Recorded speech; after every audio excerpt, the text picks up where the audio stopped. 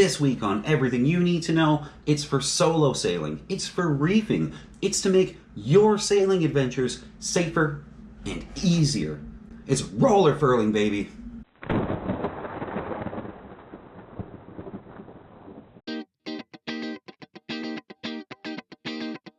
When I got back from my last sailing adventure, I had no idea what was next for me, but I knew a few things. I sold everything I owned to go on that adventure, so when I got back, I needed a job and I needed a car. The owner of a company that I helped co-found back in 2013 called me right as soon as I got back and offered me a job, and I was like, yeah, all right, a job, that sounds good. That's one thing that I needed, but the job came with a company car. It was perfect. Last week in the last episode, I told you guys that we had to finally close that company, and that was due to COVID-19 and the subsequent lockdowns. We lost business, there wasn't enough customers, we couldn't just keep the company moving, and I lost my job with only a few days' notice. And my car. A big thank you to the few of you that actually went and hit the Lady K Sailing one-time donation button at that point to try and help out. It really does help out a lot. So here we are a week later, and we are still in lockdown, but I have a new car. I was able to get a new car, so that's good. I got a ride. Speaking of lockdown, I also told you guys that my sailing club was all up in the air about whether or not we could launch, and the ruling has finally come down, so drum roll please. We can't. Till about a month from now. Maybe. But silver lining, that means I get to do more boat work and show you guys more of the major repairs that I'm going to be doing to Lady K before she can go on her next adventure. And it means more Everything You Need to Know episodes this month. So, let's go. Roller furlings are something we have to thank the British for, like guillotines, chop chop, finding the Americas, and the steam engine, chugga chugga. Inventing the roller furling in Britain kind of makes sense given their incredible history of sailing. Usually, the invention of the furling is credited to a guy named Major E. de Boulay from England, but the patent didn't come until a different dude named Wycombe Martin took one of Boulay's furlings and improved it with roller bearings. In 1907, the original castings were actually made by a British toilet maker called Boldings. By sometime in the 1940s, almost every British sailboat had a furling system. Basically, the concept is this. Instead of a sail that hangs onto the headstay and is raised and lowered as needed, you leave the headsail up, and when you don't need it, it gets wrapped around the headstay. It gets put away. It's just easier, like an electric can opener. To really oversimplify the furling system before we talk about the more complicated side of the story, I do have a little bit of a personal experience because I made my own. The concept is actually very easy, and for about $40 and a visit to the plumbing aisle at Home Depot, anyone can do it. Lady K Sailing and Everything You Need to Know are brought to you by patrons, people who give a couple of bucks an episode to keep this channel improving. So thank you for that. And let me know in the comments what you want to see, whether it's different content on Everything You Need to Know, it's Lady K repairs, or just me putting random stuff in the background just to make you ask why. I had a C&C Redline 25. It's a fast boat, it's lots of fun, it's very tender, but like any good go-fast sailboat built for speed, it had several head sails, jibs, genoas, that kind of thing. It had a big 155 genoa. It came way, almost all the way to the winch. It was massive. I had a 125 light racing jib, which was amazing. And I had a few smaller jibs for big winds, including a storm jib, which is like a little sliver of a jib that you use when it's crazy out there. So before I would go sailing on a given day, I had to look at what the wind was out on the lake and decide on a jib. Usually it was the 125. It was pretty good at everything, like your boy. If the sail choice I made at the dock before I went sailing, however, was wrong, I would have to change head sails out at sea on the fly, which can be a problem if you're by yourself or if you're short-handed. It's very hard to change a hank-on head sail when you're short-staffed. Now, racing boats, Olympic racing boats and things like that, World Cup stuff, they still use this concept because they have a whole crew of highly trained people to yank that jib down, unhank it, hank on the new one, and get it up in a second. So my sail hanked onto the forestay. So you go inside, you drag out the sail you want, get it up on deck, and then you have to sort through it to find the leading edge or the luff of the sail, which is about as much fun as folding a fitted sheet. And you clip the little hanks onto the forestay, you anchor the bottom to the bow, attach a halyard to the top, then when you pull on the halyard, the sail goes up. When you let the halyard out, the sail goes down. Sloops have followed this simple concept of head sail forever, for as long as we can remember. But as I got more aggressive into racing and solo sailing more and more, because I don't have any friends that won't throw up when they're sailing, I needed a reliable way to pull the head sail down or douse it without going up on deck or leaving the helm. So I started using a downhaul, and a downhaul basically means you get the sail out, you hank it on, you put the halyard on, and then you clip another line to where the halyard clips in at the head of the sail. And if you're out there and everything goes crazy or you need to get that sail down in a hurry, you can undo the halyard and then pull the downhaul, and the sail will come crashing down to the deck, which is basically what it looks like when I try to fold a fitted sheet. Now, one day I was single-handed sailing back from the Windsor-Detroit area. It's about 20 miles to get home, and all hell broke loose.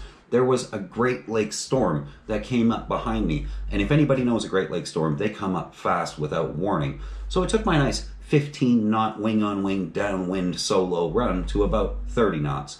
Not a big deal if you're on a cruising boat, but on a light little racier style sailboat with a swing keel, you can really get in over your head quickly, and it did get out of hand quickly. I reefed the main, but I still had the 125 jib up when the storm caught me.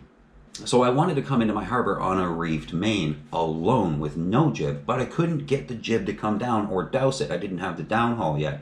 I did everything I could, but I came into my harbor surfing waves at over 10 knots with half the jib in the water, and it torn all the way from seam to seam about halfway up. So I ruined a sail, and that day I learned some valuable lessons. Number one, reef early. I'd only been sailing for about a month, so I didn't know. Second, I needed to figure out a better way to handle the head sail. I needed a furling system. This is the point where I realized a furling system wasn't just a matter of convenience. I figured, you know what, I'm young, I'm in my early 20s, I can live without that. I can hank sails on and off, I can go up on deck in a storm, no problem. But it actually is a safety item, and, hard lesson learned.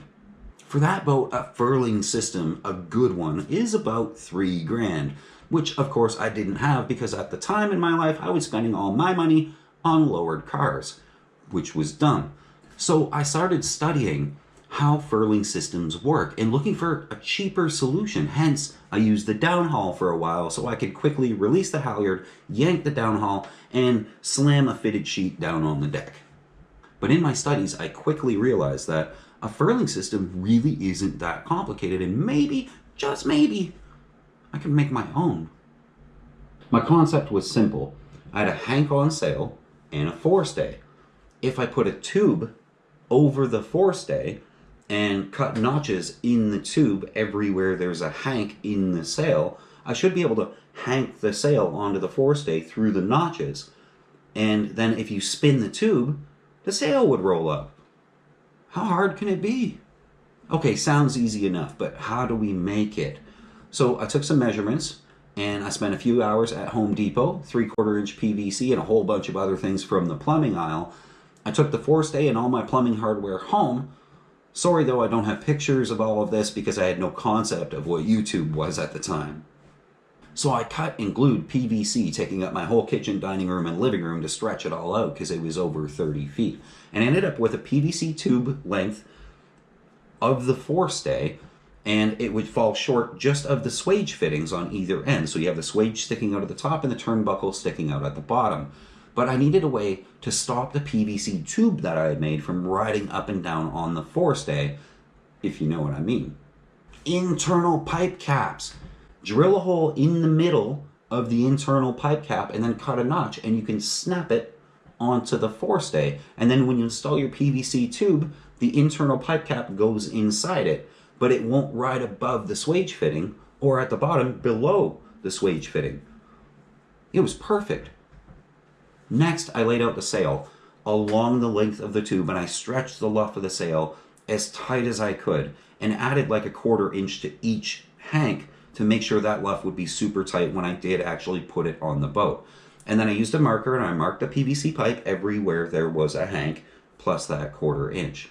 Next, disassemble everything, lay the tube out, and I used an angle grinder with a grinding disc, which is about a 1/4 inch thick, which happens to be the thickness of the hanks, and I cut everywhere a hank would be.